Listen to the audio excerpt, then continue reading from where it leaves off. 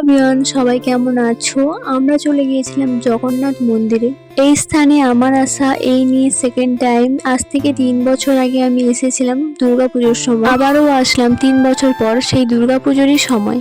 এই জগন্নাথ ঠাকুরের মন্দিরটা আমাকে খুব টানে। আগের বার যখন এসেছিলাম আমার মনটা ছিল খুবই অশান্ত, কোনো কিছু একটা নিয়ে আমি ডিপ্রেশনে ছিলাম। এখানে আসি, কিছুটা সময় কাটাই আর আমার মনটা শান্ত হয়ে যায়। আসলে এখানে একটা আলাদাই শান্তি আছে। পরে অনেক চেষ্টা করেছি এখানে আসার, কিন্তু কখনো আর আসা হয়ে ওঠেনি। যেহেতু খড়গপুরের দিকটায় কখনো আসা হয় না, তাই আর এখানে আমি কখনোই আসতে পারিনি।